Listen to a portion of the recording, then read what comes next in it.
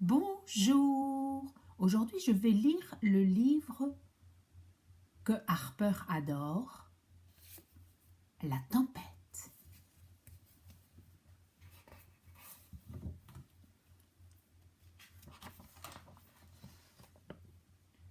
Il pleut, plein de pluie, plein de pluie. C'est ce soir que la tempête arrive. Mais Clarisse n'a pas du tout peur.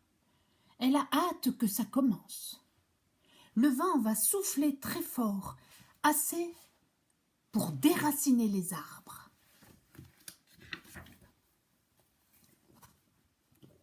Devant chez Clarisse, il n'y a pas d'arbre. C'est une grande plaine.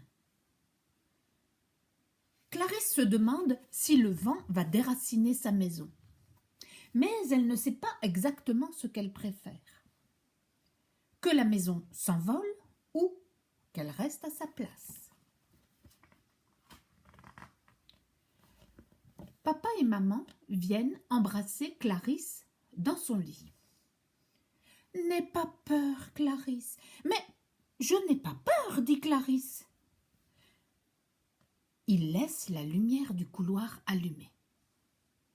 Clarisse garde les yeux grands ouverts. Et le vent commence. Il souffle, il siffle, il murmure.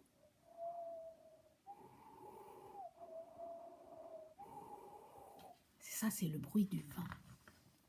Le vent veut rentrer dans la maison.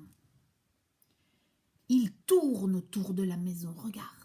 Il souffle sur les tuiles pour faire envoler les tuiles de la maison. Et elles s'envolent. Le vent a éteint les lumières. Dans la chambre de Clarisse, les vitres tintent. Gling, gling, gling, ça fait ça le vent sur les vitres. Les rideaux se soulèvent doucement.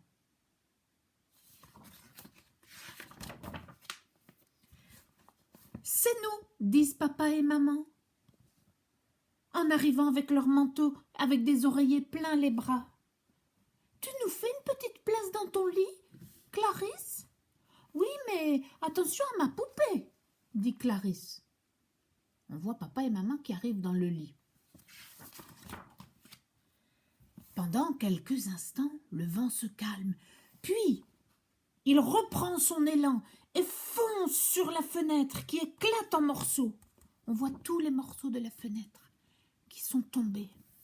La tempête est entrée dans la chambre. Des bourrasques glacées font voler la chaise, le tricycle et le théâtre de marionnettes.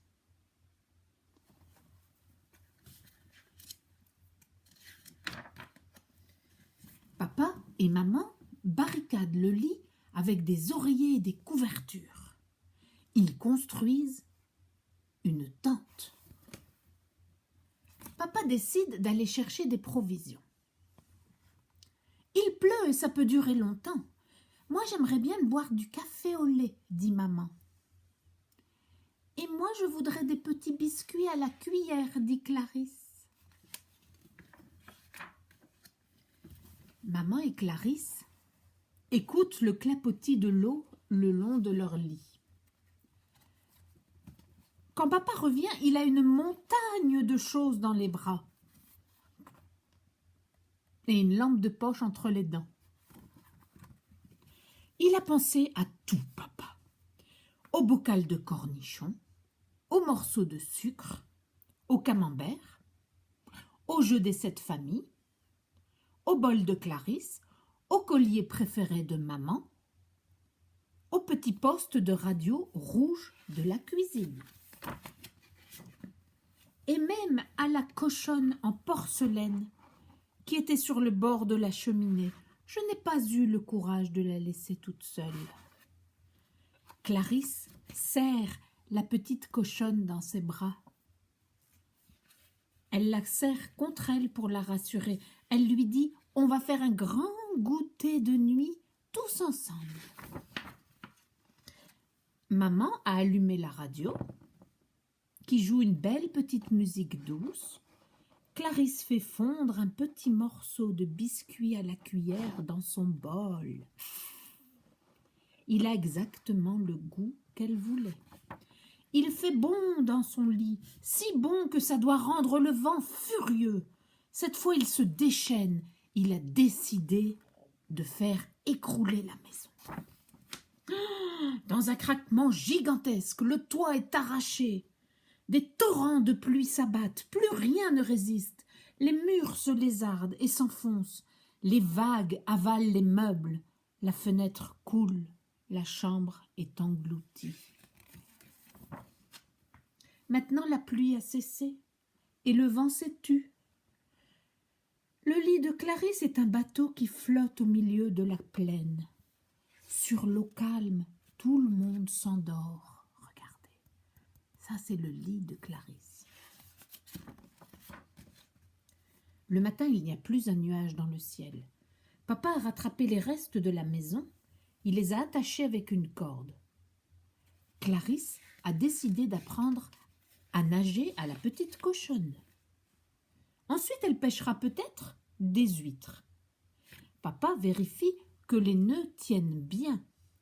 Il demande « Qu'est-ce qu'on fait maintenant ?» « On voyage, » dit maman. « C'est fini. Bye bye. »